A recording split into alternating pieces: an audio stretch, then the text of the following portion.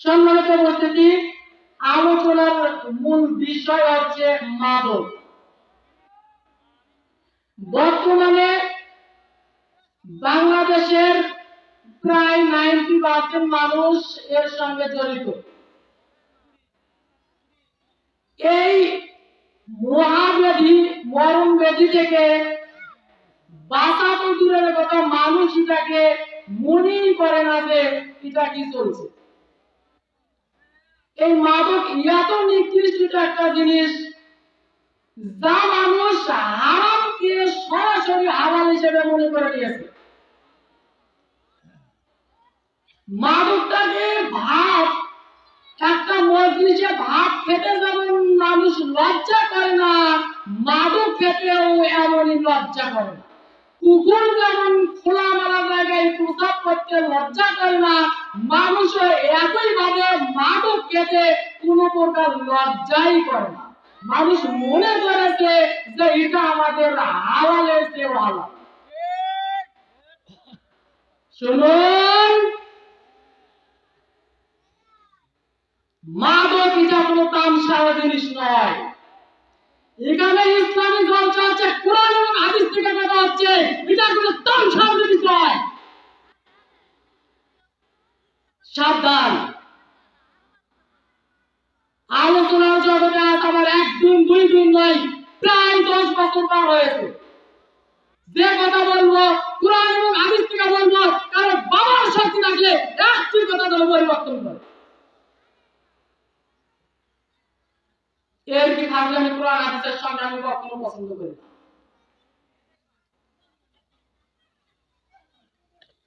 আল্লাহ পাক মাদককে 3 ভাবে নিষিদ্ধ করেছে। সংক্ষিপ্ত সময় আমি এত বিস্তারিত আলোচনা তুলে ধরবো না, শুধু সামাজিক কিছু বাস্তবতা আপনাদের সামনে তুলে ধরবো। মাদকটাকে এখন আমরা একেবারে হালালের মতো মনে করে নিয়েছি। প্রকাশ্যে খাচ্ছি, দিবালোকে খাচ্ছি, রাত্রে খাচ্ছি, হাজার হাজার মানুষের মধ্যে খাচ্ছি, মনেই করতেছি না যে এটা আল্লাহ তাকে হারাম করেছে। অথচ আল্লাহ পাক কত কঠিন ভাবে মাদককে হারাম করেছে। এই মাদক সম্পর্কে বলতে গেলে সারা বলা যাবে, কোনো অসুবিধা নাই। কিন্তু কথা হলো, মাদকের ভয়াবহতা বর্তমান সময়ে এতটা নির্দিষ্ট হয়েছে, প্রাইমারি পড়ুয়া ছেলে সেও মাদকে আসক্ত হয়। একটু বড় হলে 7, 8, 9 ওঠার পরে অতটা ধরা যায় না।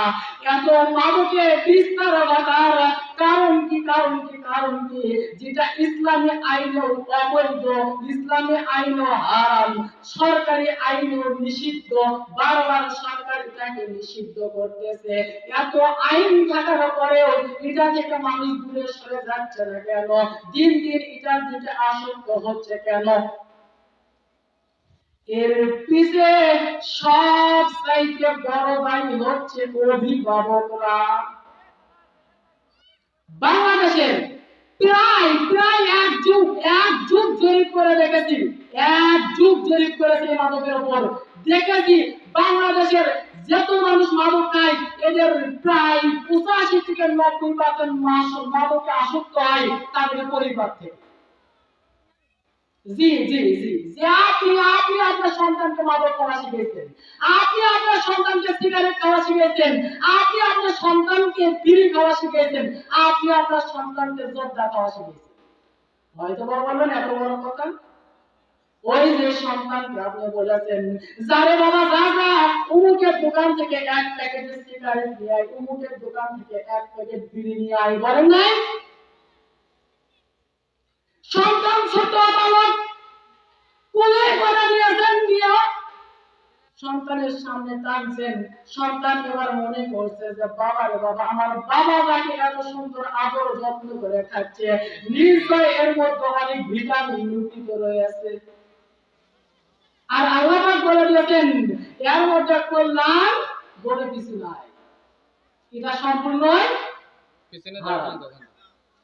আজকে মাদকের পিছে এত ছয়রা হওয়ার সবথেকে বড় কারণ হচ্ছে আপনার পরিবার। আপনার পরিবারের জন্যই আপনি নিজেই যাই আপনার সন্তানের জন্য আপনি বলেন যে আমার সন্তান মাদক গ্রহণ করেছে উমুকের বেটার সঙ্গে সম্পর্ক ভালো বন্ধুত্বের কারণে। না না না, এটা মিথ্যা কথা। আপনি নিজেই খাওয়া শিখিয়েছেন, আপনি নিজেই খাওয়া শিখিয়েছেন, এটাই ঠিক। আপনি লজ্জাহীন পিতা, আপনি পিতা হওয়ার যোগ্যতা আপনি নাই। আপনি কি পিতা হিসেবে থেকে দাবি করেন? নিজের সন্তানকে হারানোর দিকে একেবারে ফেলে দিয়েছে। একটু আগেই বললাম, মানুষ ভাত খেতে যেমন লজ্জা করে না, হাজার হাজার মানুষের মাঝে মজলিসে যেমন ভাত খায় লজ্জা করে না, মাদক ঠিক মানুষ এমনই ভাবে গ্রহণ করে। কিভাবে?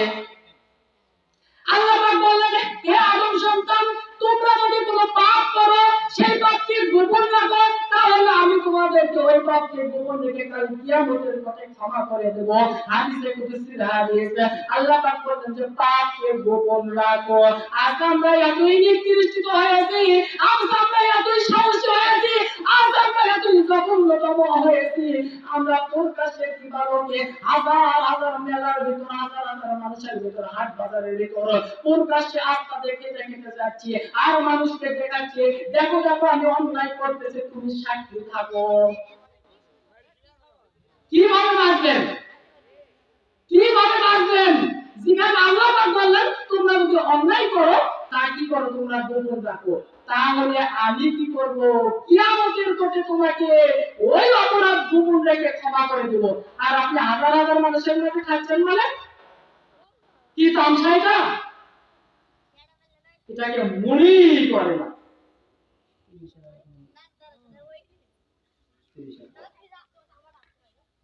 আজকে মাদককে মানুষ এমন ভাবে গ্রহণ করে দিয়েছে, যদি কখনো কাউকে তার উপদেশ দিতে যায়, ভাই আপনি খাইয়েন না, বলে কি আমার বাপের টাকাতে আমি খাচ্ছি, তোর কি?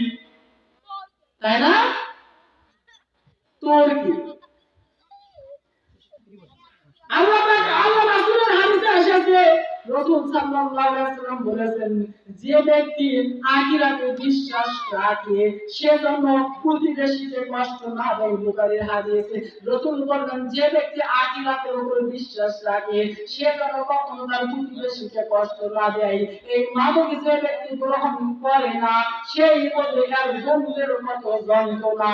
আপনি গাড়ি লাগাই বসেছেন, পিছনের মানুষটিকে ধো ধো করে ছাড়া দিচ্ছেন, হাত পা করে ছাড়া দিচ্ছেন। আপনি এই যে বললেন আমি আমার টাকাতে খাচ্ছি, তোর কি? হ্যাঁ ঠিক আছে, এই কথা। আপনার টাকা আছে, আপনি যেভাবে ইচ্ছা সেভাবে উড়াচ্ছেন। এই হাত টাকা আমার, যে আপনার হাত, মনিগঞ্জে আপনার হাত, এই হাতটা আপনার পকেটে ঢুকালে কোনো সমস্যা নাই। এই হাতটা যদি আমি এই ভাইয়ের পকেটে ঢুকাই, চলবে? একটা অপবাদ আসবে, কি? চোর। তাহলে হাত যেখানে সেখানে ঢোকানো যায় না। আপনার বাবার টাকা, আপনার টাকা আপনি যেখানে সেখানে ব্যবহার করতে পারবেন না রে বেটা। এত বড় সস্তা ইসলাম না। শুনুন, যদি আপনি এভাবে ব্যবহার করেন, আপনার প্রতিবেশীকে আরেক ভাইকে কষ্ট দিলেন। এই মাদকের একজন ব্যক্তি যদি চুরি করে মাত্র একজন ব্যক্তির ক্ষতি হয়, কিন্তু মাদকের অপরাধ তা নয়, তা নয়। এটা যে খায় তার ক্ষতি হয়, যে বন্ধুর সঙ্গে তার ক্ষতি হয়। এর আবারও ধোঁয়া যতদূর পর্যন্ত যায়, প্রাণীকুল সমস্ত কিছুর ক্ষতি হয়। জি, আপনার বাবার টাকা আপনি উড়াচ্ছেন, ক্ষতি করেছেন কত লোকের। কাল কিয়ামতের কোটে আল্লাহ পাক সমস্ত গুনাহ ক্ষমা করে দিবে, পরা ঋণ দেবে না। আপনি যে আমার ক্ষতি করলেন, আমার নাকিজের দুর্গন্ধ লাগালেন, আপনাকে ক্ষমা কে করবে?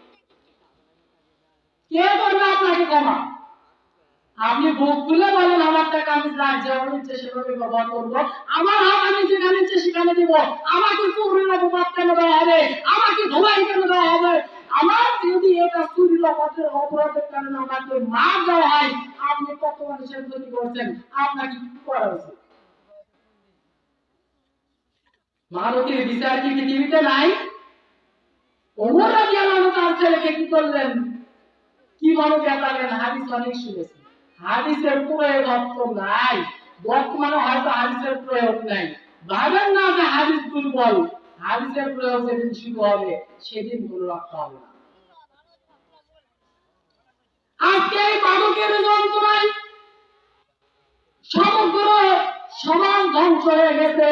একজন হুজুরেরা বলে, আলেমরা বলে এটা নাকি মা তুরু বেয়াদব গোড়া, নিজে থাকতে পারে না, অন্যকে বলে আর মা তুরু। ইসলামের সাথে কষ্ট, তাই না? মাকরু শব্দের অর্থ কি? নিন্দনীয়, যা পছন্দনীয় নয় এমন জিনিসটা মাকরু বলা হয়, তাই আবার খান করে। আর অপরাধ জানেন? আমি কিন্তু সম্পূর্ণ বাস্তবতার সাথে আলোচনা করতেছি, কারণ আমার হাতে কত সময় নেই। যে ব্যক্তি যাকে গ্রহণ করবে, বিড়ি বা সিগারেটের গায়ে লেখা আছে সুন্দর করে এটা মৃত্যু ঘটায়, বিভিন্ন ছবি দেওয়া আছে এটা ক্যান্সারের কারণ, ধূলি পচা, ফুসফুস পচা, সমস্ত কিছু। এটা হচ্ছে বিষাক্ত একটা জিনিস। যে ব্যক্তি এটাকে গ্রহণ করবে সে ব্যক্তি অবশ্যই ক্ষতিগ্রস্তদের মধ্যে পড়বে। এর যে কত বড় দুর্গন্ধ! অনেক হুজুরের সঙ্গে সালাম বিনিময়ের পরে নাকটা নিচু করতে হয়, কারণ মুখ থেকে এক প্রকার দুর্গন্ধ আসে, জন্তার দুর্গন্ধ, যার থেকে টয়লেটের গন্ধ ভালো আছে। আজকে মানুষ এতটাই নিকৃষ্ট হয়েছে, এতটাই নিকৃষ্ট হয়েছে, মানুষ এতটাই নিকৃষ্ট হয়েছে, এটা টয়লেটে বসে না খেলে নাকি পায়খানা ক্লিয়ার হবে।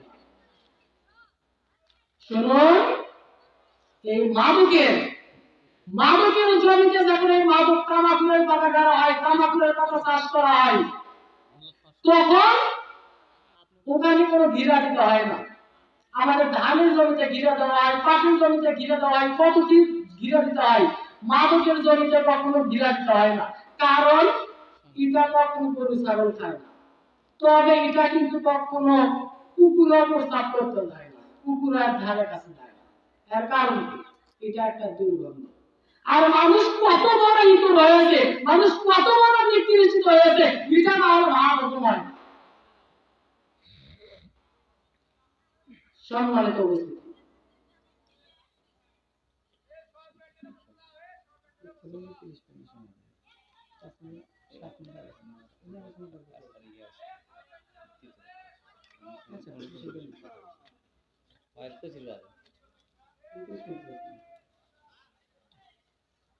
আচ্ছা হোক, আল্লাহ পাক যেটুকু সময় দিয়েছে এটাই আল্লাহ পাকের শুকরিয়া। যে কথাটা বলতে চাচ্ছিলাম, একেবারে বর্তমান সমাজ, বর্তমান সময়ের উপর যে আপনারা এখান থেকে ফেরার জন্য চেষ্টা করবেন, গড় সাহস দেখাতে চান, গড় সাহস দেখাতে চান। আলী আব্দুল্লাহকে বলা হয়েছিল মৃত্যু কত থেকে, উনি বলেছিল ডান পাশে সালাম করেছি, বাম পাশে ফিরতে পারবো কিনা জানি না, এর কোনো গ্যারান্টি নাই। আপনি আমি এখানে বসেছি, এখনো কথা বলতেছি, জোরে জোরে কথা বলতে পারতেছি, আস্তে আস্তে বলতে পারতেছি, এই চেয়ার থেকে উঠতে পারবো কিনা এর কোনো গ্যারান্টি নাই।